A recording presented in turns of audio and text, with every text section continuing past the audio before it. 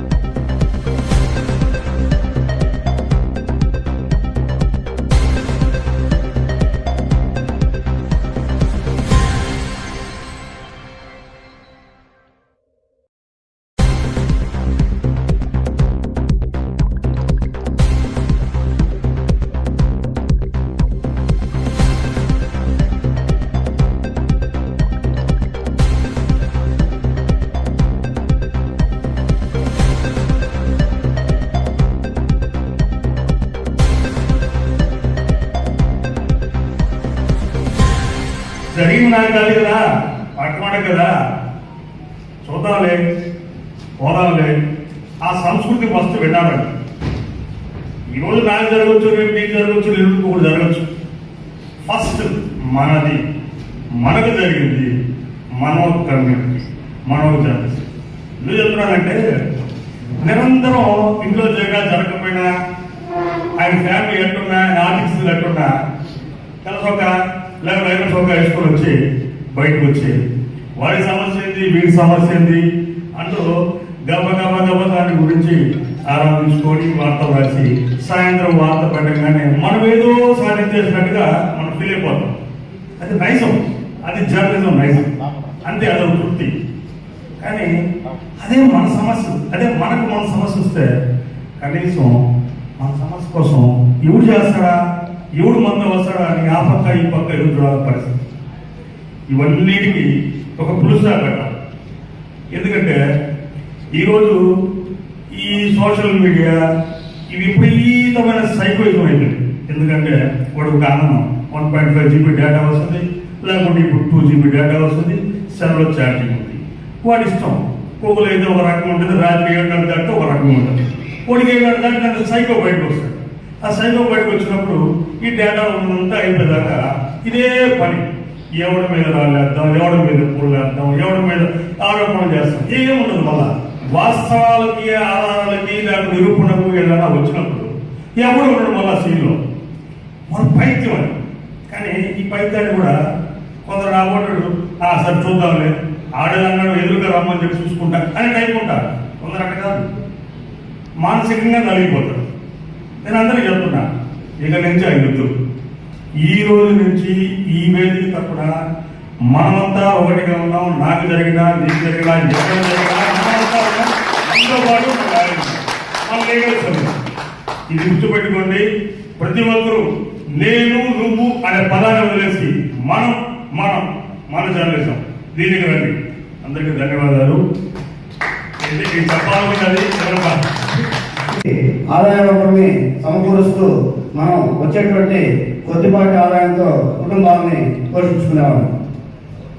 ఈ యొక్క వికృతమైన వ్యక్తులు కొంతమంది ఈ రంగంలోకి వచ్చిన తర్వాత అసలు నకిలీ విలేకరులుగా వాళ్ళు చలామణి అవుతూ చాలా కాలంగా వృత్తిలో కొనసాగుతున్నటువంటి వాళ్ళు కూడా నకిలీ విలేకరులుగా ముద్ర వేసేదానికి, లేదంటే సమాజంలో వాళ్ళ స్థాయికి మనం కూడా దిగజార్చేదానికి మన మీద మొర జరుగుతూ, మన మీద తప్పుడు కేసులు పెట్టిస్తూ, మన మీద తప్పుడు ఆరోపణలతో పోస్టింగ్లు పెడుతూ, కేసులు పెట్టిస్తూ రకరకాలుగా వాళ్ళకి ఏ విధంగా అవకాశం ఉంటే ఆ విధంగా ఇబ్బందులు గురి చేసి అసలు మీడియా రంగంలో, జర్నలిజంలో వనమార్గం మనం ఉండకూడదు అని శాసించేటువంటి పరిస్థితికి క్రమేణా వచ్చేస్తున్నారు.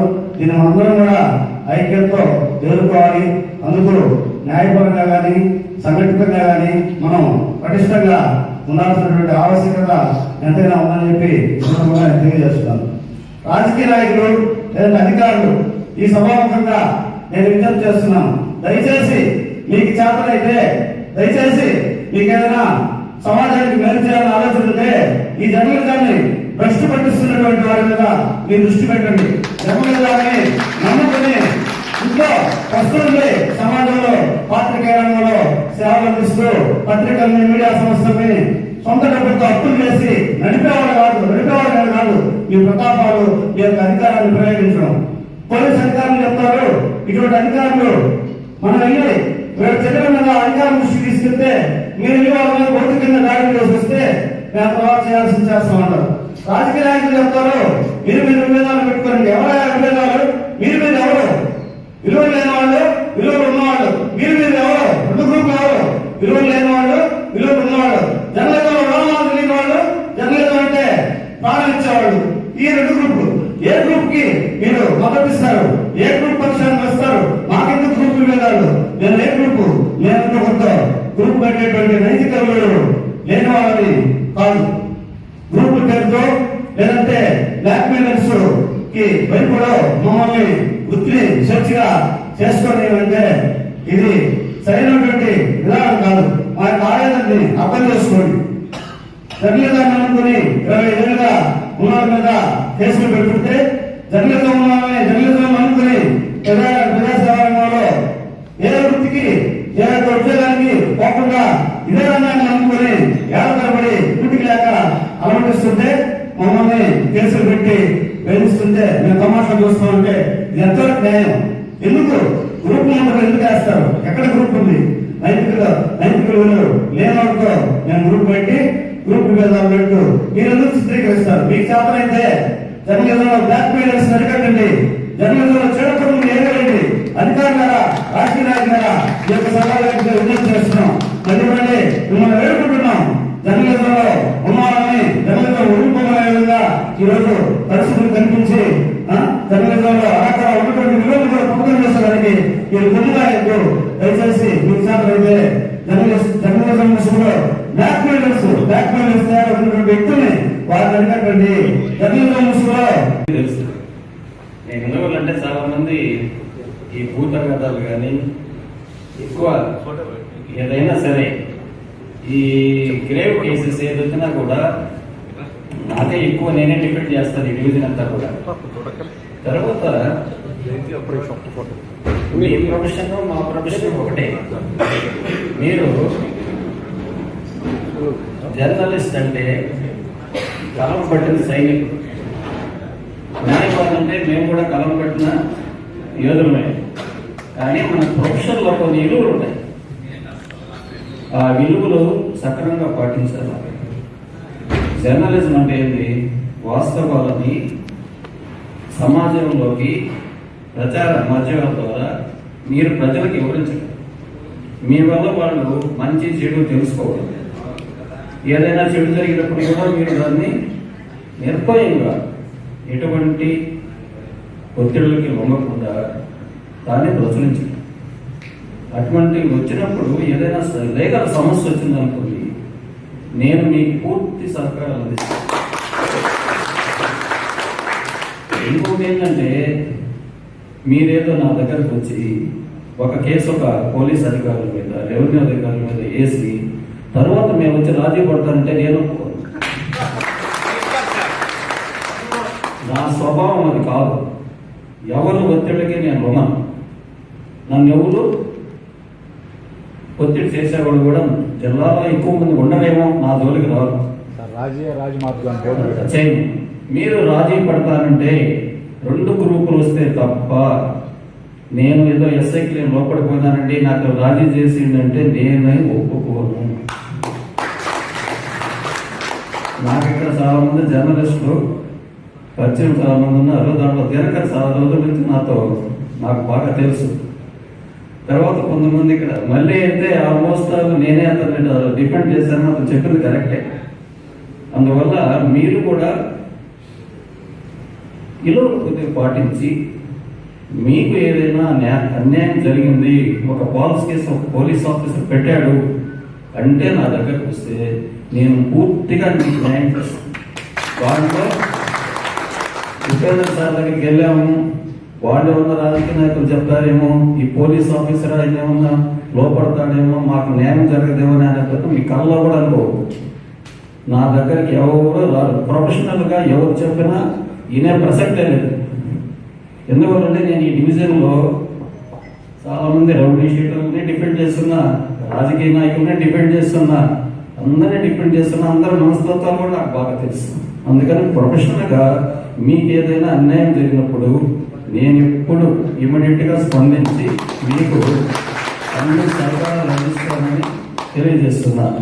ఎందుకంటే మీరు నిర్భయంగా రాయండి, ఉన్నది ఉన్నట్లుగా, ఏదో లేనిది ఉన్నట్లుగా రాసి. ఇప్పుడు మనం మీరు అంటున్నారు కదా గ్లోబల్ న్యూస్, ఏదో అతనే నాంది. అందువల్ల దాన్ని ఏమంటారంటే గ్లోబల్ న్యూస్ అనేది ఇప్పుడు వస్తుంది.